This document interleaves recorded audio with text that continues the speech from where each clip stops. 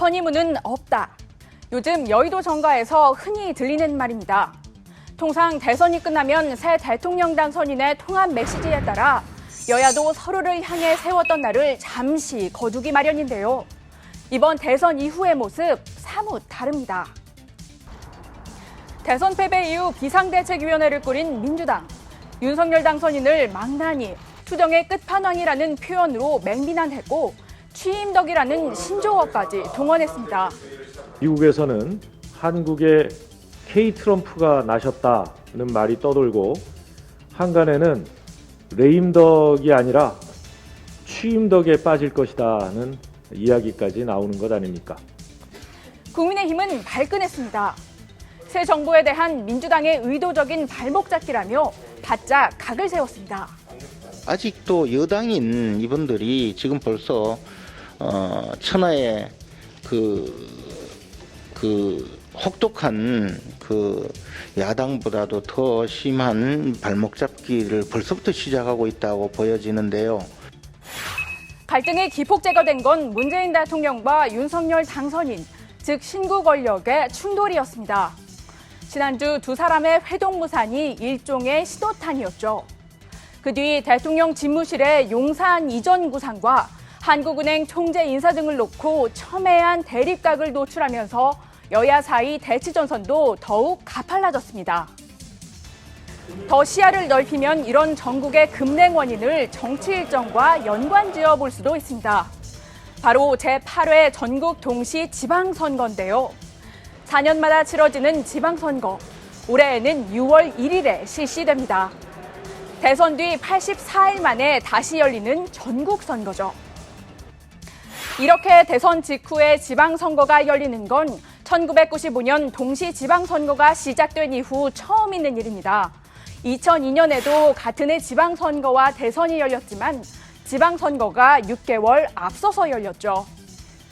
여야가 바짝 긴장하는 이유 여기에 있습니다. 대선을 막 마치고 치르는 지방선거, 그 결과도 여기에 연동될 수밖에 없는 상황인데요. 민주당이 우세한 현 지방 권력 구도의 재편을 놓고 일대 혈투를 예고하고 있는 겁니다. 전문가들은 여야가 상대에 바짝 날을 세우는 것도 이와 연관이 있다고 분석합니다. 선거를 앞두고 내부 결속력을 키우기 위해 외부의 적을 더 부각하고 있다는 건데요. 특히 광역단체장부터 광역기초의원과 시장, 군수, 구청장까지 촘촘하게 뽑는 선거인 만큼 당의 풀뿌리 조직력을 강화하기 위해 외부의 적을 통한 내부 단합 전략을 택하고 있다는 분석입니다. 외부의 적을 설정하고 그걸 공격함으로써 내부 갈등을 수면 아래로 가라앉힐 수 있기 때문에 지금 미래 권력에 대한 공격이 굉장히 심해지는 것 같다고 볼 수 있죠. 윤석열 당선인이 소수파 정권이기 때문에 지방선거에서 이겨야만 실제로 그 기세를 가지고 민주당과 어떤 좀 상대를 할 수 있는 상황이 될 수 있거든요. 어떤 결속을 해서 이 민주당과 현 여권에 대항하는 그런 모습을 보인다고 볼 수 있겠죠.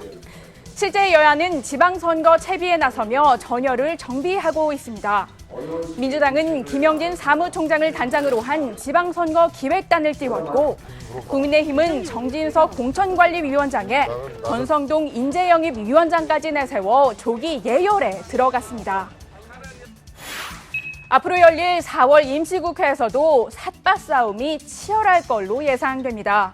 입법 사안을 놓고 국회 곳곳에 이미 대치 전선이 펼쳐져 있죠. 우선 민주당이 현 정부 내 완수를 공언한 검찰개혁과 언론개혁 입법이 주요 뇌관이 될 전망입니다. 민주당은 특히 검찰 출신인 윤석열 당선인이 검찰개혁을 무력화하지 못하도록 입법 장치를 조속히 마련하겠다고 강조했는데요. 박홍근 신임 원내대표 역시 부당한 탄압을 막고 개혁과 견제를 확실히 해내는 강한 야당을 만들겠다는 호소를 내세워 새 원내 수장에 올랐습니다. 앞으로 들어설 새 정부 여당에 대한 견제와 균형, 원내 제1당으로서 민생과 입법을 주도해야 한다는 무거운 책임감을 먼저 갖습니다. 유능한 민주당, 강한 야당, 민생 중심 정당을 만들겠습니다. 여기에 정권 이양을 둘러싼 신경전도 계속될 걸로 보입니다. 정부의 조직 개편을 위한 정부조직법 개정안, 그중에서도 윤 당선인이 여성가족부 폐지를 확정할 경우 충돌은 불가피할 전망입니다. 또 코로나19 피해 보상을 위한 추경을 놓고도 그 규모와 방식 문제로 삿바싸움이 예상됩니다.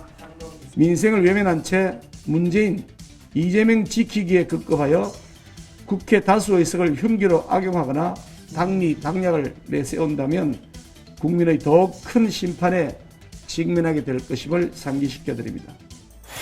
대선 막바지 후보들의 제1화두는 통합이었습니다. 윤석열 대통령 당선인의 일성도 국민 통합과 협치였습니다. 유권자들이 이 말을 기억하고 있다는 점을 여야 정치권은 기억해야 할 겁니다. 지금까지 여의도 풍향기였습니다.